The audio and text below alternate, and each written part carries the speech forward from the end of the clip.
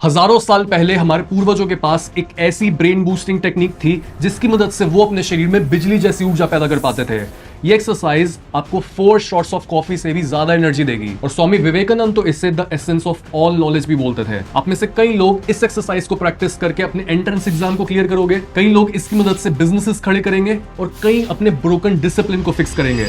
But सबसे पहले हम यही समझते हैं कि कॉफी के साथ एक्चुअल में प्रॉब्लम क्या है और क्यों कॉफी एक्चुअल में एनर्जी का सोर्स है ही नहीं। कॉफी दुनिया की सबसे पॉपुलर बेवरेज है और 2010 में तो कॉफी की पावर को प्रूव करने के लिए कई इंजीनियर्स ने कॉफी पर चलने वाला इंजन भी बनाया था। लेकिन 2016 में हुई एक रिसर्च बताती है कि जब भी हम कॉफी को लंबे समय तक कंज्यूम करते हैं तब हमारे बेसलाइन एनर्जी के लेवल्स गिर जाते हैं।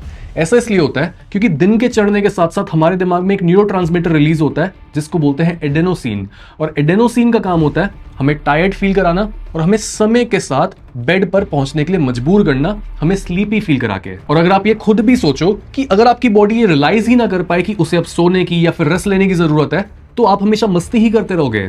तो जब भी हम कॉफी पीते हैं, कॉफी अपने आप में हमें एनर्जी नहीं देती, बल्कि कॉफी में मौजूद एक एक्टिव कंपाउंड होता है जिसको बोलते हैं कैफीन, और कैफीन हमारे दिमाग में मौजूद एडेनोसिन रिसेप्टर से खुद को बाइंड कर लेता है, जिससे थोड़े समय के लिए एडेनोसिन से जुड़े इफेक्ट्स यानी टायर्डनेस और स्लीपीनेस कम हो जाते हैं, जिससे हमें इल्यूजन मिलता है कि हमारे अंदर ज्यादा एनर्जी और अलर्टनेस है। तो जब भी आप रेगुलरली कॉफी पीते हो तब आपके एडेनोसिन रिसेप्टर्स को रेगुलरली कैफीन ब्लॉक करे रखता है, और इस पॉइंट पर बिकॉज एडेनोसिन को कहीं जाने की जगह ही नहीं मिलती है और बॉडी ये अफोर्ड नहीं कर सकती कि आप टाइम से सो ना और आप रेस्ट ना लो, तो बॉडी क्या करती है, बॉडी इस एडेनोसिन को रिसीव करने के लिए अपने एडेनोसिन रिसेप्टर्स की क्वांटिटी को बढ़ा देती है। और इससे प्रॉब्लम और ज्यादा बढ़ जाती है बिकॉज जब दिमाग में इतने सारे खाली एडेनोसिन रिसेप्टर्स होते हैं और इन रिसेप्टर्स को ब्लॉक करने के लिए बॉडी में कैफीन नहीं मौजूद होता, तो हमारी बॉडी ज्यादा से ज्यादा एडेनोसिन को रिसीव कर पाती है और वो ज्यादा टायर्ड फील करने लगती है। यही वजह है कि क्यों जो भी इंसान रेगुलरली कॉफी कंज्यूम करता है वो बस दिन में 1 कप ऑफ कॉफी नहीं पीता है,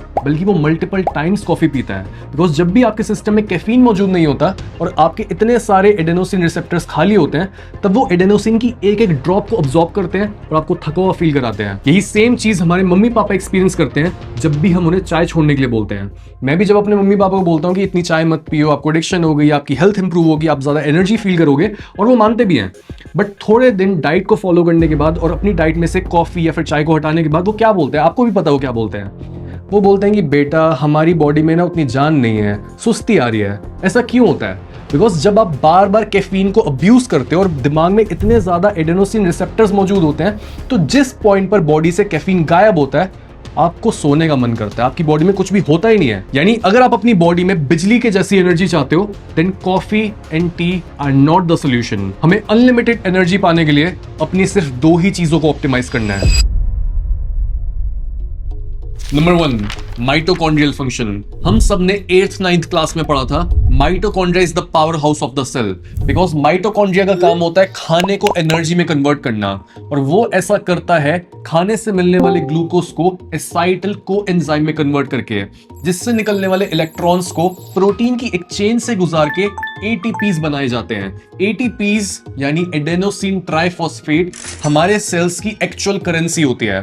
तो जो भी हमारे बॉडी में केमिकल रिएक्शंस होते हैं वो एटीपी के एक्सचेंज से ही पॉसिबल होते हैं। हाउएवर जब भी इस पूरे प्रोसेस के किसी भी पार्ट में कोई प्रॉब्लम आती है तब माइटोकॉन्ड्रिया प्रॉपर्ली एनर्जी नहीं प्रोड्यूस कर पाता और हम हमेशा थका हुआ फील करते हैं। यूजुअली माइटोकॉन्ड्रियल डिसफंक्शन का मेन रीजन होता है एक पुअर डाइट, जिसमें हम बहुत फ्रीक्वेंटली कुछ ना कुछ खा रहे होते हैं।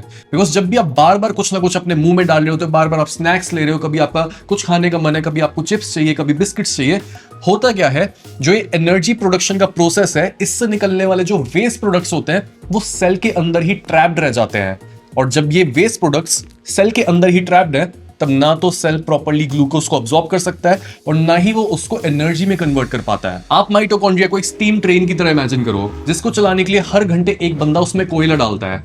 हर घंटे उसके पास एक नए कोयले का बैच आता है जिसको वो भट्टी में डालता है और उससे ट्रेन के पहिए घूमते हैं ताकि ट्रेन आगे बढ़ सके। बट इस चीज को इमेजिन करो कि क्या होगा अगर उसके पास हर घंटे नए कोयले का बैच आने के बजाय हर सेकंड नया कोयला आने लगे। कैसे वो उस चीज को हैंडल करेगा? शुरू में वो सोचेगा कि मेरे पास इतना सारा नया कोयला है तो मैं क्या करता हूं, मैं इस एक्स्ट्रा कोयले को साइड में रख देता हूं, बाद में काम आ जाएगा। बट अगर ये सप्लाई कंटिन्यू रहती है, होगा क्या, ना तो वो कोयला फर्नेस में जा पाएगा और ऊपर से इतने सारे कोयले को स्टोर करने की कहीं जगह ही नहीं है। यही वजह है कि क्यों जब आप ज्यादा से ज्यादा खाना खाते हो तब आप में कम से कम एनर्जी होती है। हमने लास्ट वीडियो में भी बात करी थी कि कैसे इंडियन जीन्स ज्यादा से ज्यादा खाने और ज्यादा कार्ब्स को हैंडल करने के लिए नहीं बने, बिकॉज जब भी आप ज्यादा कार्ब्स खाते हो आपकी बॉडी में इंसुलिन रिलीज होता है, and insulin is not a hormone that says let's go to war. Insulin एक ऐसा हार्मोन है जो बोलता है कि मेरे पास इनफ खाना है और इस खाने को हम स्टोर कर लेते हैं, बाद में कभी लड़ाई पर जाना होगा तो तब इस खाने को यूज कर लेंगे। तो जब भी आपकी बॉडी में बहुत ज्यादा इंसुलिन होता है, बहुत ज्यादा खाना खाने से या फिर बहुत ज्यादा कार्ब्स कंज्यूम करने से, आपकी बॉडी लेथार्जिक होगी ही। सो अपने माइटोकॉन्ड्रिया को फिक्स करने के लिए और इवन अपनी बॉडी में माइटोकॉन्ड्रिया के नंबर को बढ़ाने के लिए आपको बस 4 चीजें करनी है। First, eat less. Second, increase the space between your meals और do intermittent fasting. Third, reduce your carbs, and fourth, start exercising even more। जिस तरीके से हमने पहले समझा था कि जब भी हम बहुत ज्यादा कॉफी कंज्यूम करते हैं तब बॉडी उस चीज को कंपनसेट करती है अपने एडेनोसिन रिसेप्टर्स को बढ़ा के, ताकि हम स्लीपी फील कर सके टाइम से। बिल्कुल ऐसे जब भी हम कम खाना खाते हैं, कम कार्ब्स खाते हैं या फिर एक्सरसाइज करते हैं और हमारी बॉडी में फ्रीली ग्लूकोज भाग नहीं रहा होता इधर से उधर, बॉडी को लगता है कि यार ग्लूकोज की शायद कमी है, तो बॉडी क्या करती है, बॉडी माइटोकॉन्ड्रिया को बढ़ा देती है। हर जगह हर सेल में हमारे माइटोकॉन्ड्रिया का नंबर बढ़ता है लिटरली, ताकि हर ग्लूकोज का एक एक मॉलिक्यूल प्रॉपर्ली अब्सॉर्ब हो सके और हमारी बॉडी ज्यादा ग्लूकोज एफिशिएंट बन जाती है। और जब आप इन बेसिक प्रॉब्लम्स को फिक्स कर लेते हो तब आप एलिजिबल हो जाते हो एक ऐसी एंशिएंट योगिक प्रैक्टिस को समझने के लिए जिसकी मदद से आपके शरीर में बिजली जैसी ऊर्जा पैदा हो सकती है। Number 2, focus retention. नाउ जो भी इस इंफॉर्मेशन को हल्के में लेने वाला है वो या तो अपनी लाइफ में बहुत लेट ग्रो करेगा या फिर वो अपनी लाइफ में ग्रो ही नहीं करेगा, बिकॉज इससे ऊपर कुछ भी नहीं है।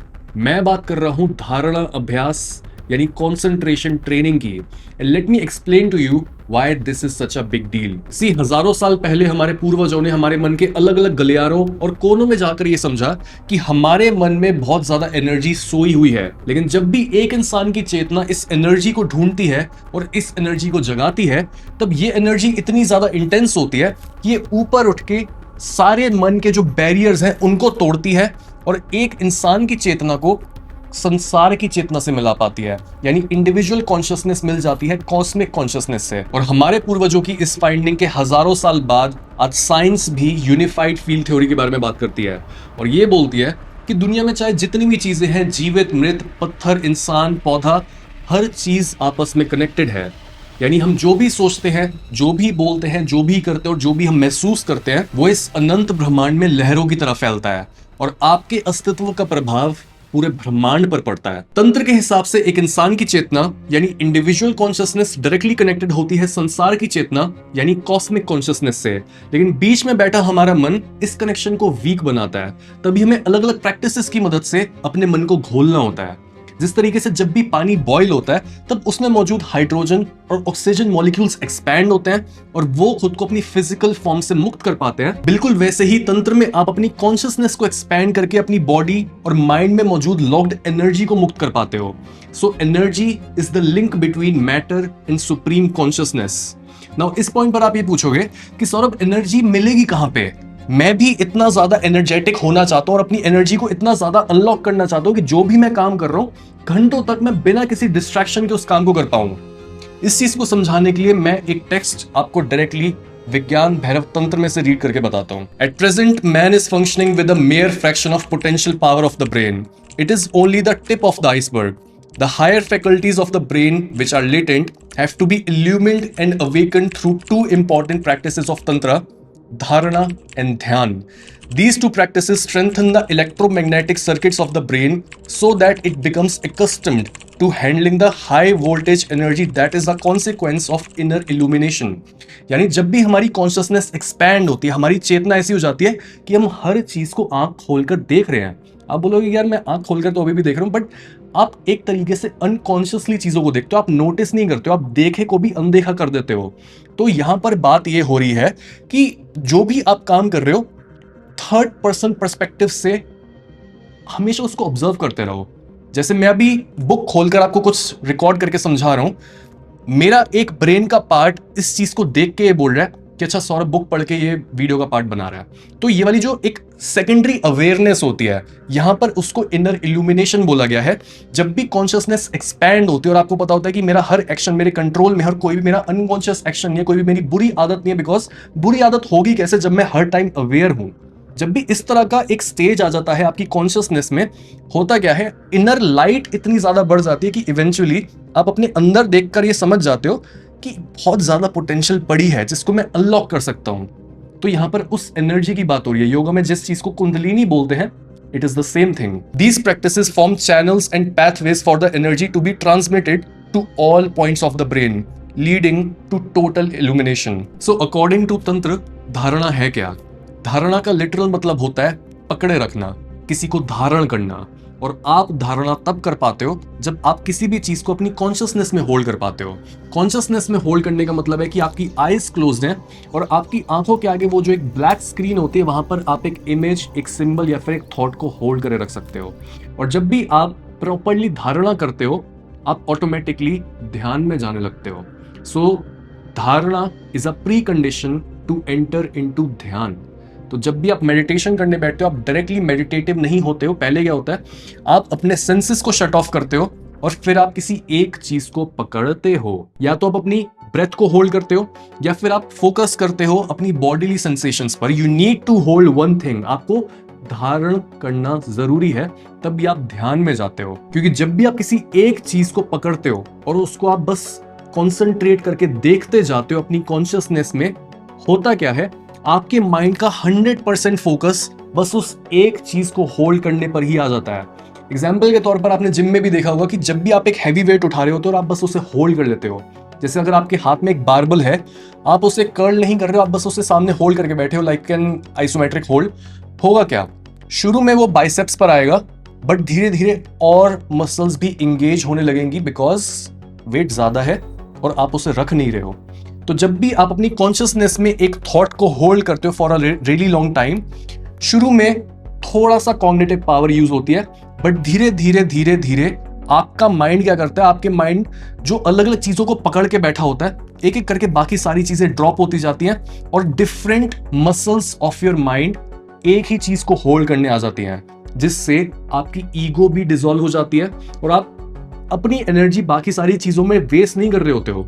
जब भी आप डिस्ट्रैक्टेड होते हो और कभी आप स्क्रॉल कर रहे हो, कभी आप पॉर्न देख रहे हो, कभी आप शिफ्ट होके कोई मूवी चालू करके बैठ गए हो, कभी आपको कुछ खाना है, कभी दोस्त से बात करनी है, होता क्या है, मल्टीपल एक्शंस परफॉर्म करके और एक टास्क से दूसरे टास्क पर जंप करके आप अपनी एनर्जी को डिसिपेट कर रहे होते हो। योगा बोलता है कि हमारे प्राण हमारी अटेंशन को फॉलो करते हैं। जहां पर भी हमारी अटेंशन जाती है, वहां पर हमारे प्राण जाते हैं। और अगर हमारी अटेंशन जंप कर रही है इधर से उधर, तो हमारे प्राण भी हम वेस्ट कर रहे हैं रैंडम चीजों में और कुछ भी अकॉम्प्लिश नहीं कर रहे हैं। इसके ऊपर से जब भी आप एक टास्क से जंप करके दूसरे टास्क के ऊपर जाते हो और बार बार अपने टास्क को स्विच कर रहे होते हो, तब आपके दिमाग का एक पोर्शन उस पहले वाले टास्क में ही अड़ा रह जाता है। बिकॉज दिमाग को भी पता होता है कि वो वाला टास्क जो था वो मेरे को पूरा करना था, बट वो पूरा हुआ नहीं है और तुमने पहले ही स्विच कर लिया। तो दिमाग में एक टेंशन रहती है, दिमाग में एक डिजायर अधूरी रह जाती है। साइकोलॉजी में इसे बोला जाता है अटेंशन रेजिड्यू और योगा इसे बोलता है कार्मिक इम्प्रिंट, कि आपके अंदर अभी भी डिजायर है उस काम को पूरा करने की, लेकिन आपने उसको पूरा करे बिना स्विच कर लिया। तो अनकॉन्शियसली हो क्या रहा होता है, आपका माइंड आपको डिफरेंट डायरेक्शंस में खींच रहा होता है और आप बिना कुछ अकॉम्प्लिश करे अपनी सारी एनर्जी ड्रेन कर देते हो। और इसी वजह से अपनी एनर्जी को 1000 डिफरेंट डायरेक्शंस में भेजकर खुद को ड्रेन करने से रोकने के लिए मैं आपको आज सिखाने वाला हूं 2 of the most powerful concentration techniques. Number 1, प्राणा अपाना धारणा। इस टेक्निक में आप अपनी बॉडी में मौजूद 2 डिफरेंट पॉइंट्स पर कॉन्सेंट्रेट करते हो। अपनी एक फिंगर लो और उसे अपने बेली बटन पर रखो और अपनी दूसरी फिंगर अपने सर के उस पॉइंट पर रखो जहां से आपके बाल गोल घूमना शुरू होते हैं। तो एक पॉइंट वो है जहां पे मणिपुरा चक्र होता है और दूसरा पॉइंट वो है जिसको बोला जाता है बिंदु। तो योगा हमें ये बोलता है कि जो मणिपुरा चक्र वाला ये पार्ट है, यहाँ से प्राण ऊपर उठता है, और जो ये बिंदु वाला पार्ट है जहां से हमारे बाल गोल घूमना शुरू होते हैं, ये वो जगह है जहां से अपाना, ये एक और एलिमेंट होता है, वो नीचे आना शुरू होता है। तो ये 2 डिफरेंट करेंट्स होते हैं जो अपोजिट डायरेक्शन में फ्लो करते हैं। और बहुत इंटरेस्टिंग बात मेरे को थोड़े दिन पहले ये लगी, जैसे ये मैंने विज्ञान भैरव तंत्र में सीखा और थोड़े दिन पहले ही मैं एक बुक पढ़ रहा था, आपने भी सुना होगा, reality transurfing, and it is one of the best books on manifestation. तो उसमें भी एक बहुत सिमिलर टेक्निक बताई गई थी और मैं हैरान हो गया था कि इतने डिफरेंट कल्चर्स में और इतनी डिफरेंट टीचिंग्स लेने के बाद लोग सेम कंक्लूजन पर ही पहुंचते हैं। तो उसमें भी ये बताया गया कि आप अपनी बॉडी में मौजूद दो डिफरेंट अपोजिंग करेंट्स को इमेजिन करो कि एक फ्लो है जो ऊपर जा रहा है और एक फ्लो है जो नीचे को आ रहा है।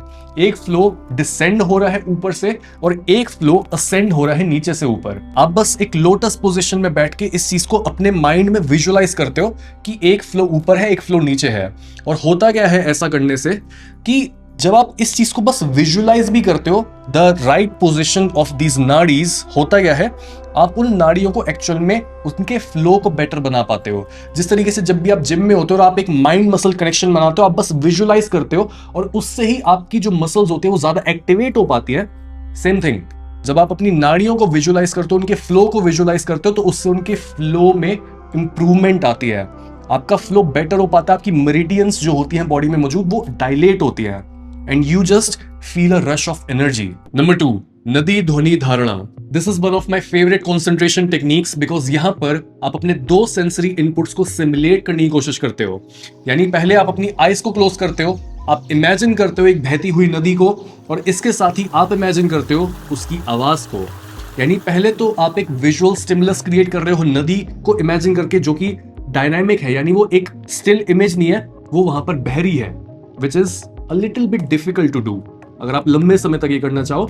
और इसके साथ ही आप एक ऑडिटरी इनपुट क्रिएट कर रहे हो इन योर माइंड। बाहर से कोई आवाज नहीं आ रही है, आपको कोई अपने लैपटॉप में मोबाइल में कोई चीज नहीं चलानी, आपको अपने मन में ही उस नदी की आवाज क्रिएट करनी है and you have to hold both of these together for 10 to 15 minutes. दोनों टेक्निक्स को अगर आप बस 10 से 15 मिनट करते हो तो जो भी आपकी ये प्रॉब्लम है कि मैं कंसंट्रेट नहीं कर पाता अपनी पढ़ाई पे या फिर अपने काम पे, मेरे को डिस्ट्रैक्ट करती है चीजें, मैं बार बार स्क्रॉल करता हूं, मेरे अंदर एनर्जी नहीं होती, आई डोंट फील मोटिवेटेड, मेरे को अपनी लाइफ का पर्पस नहीं पता, 99% of your problems will just vanish.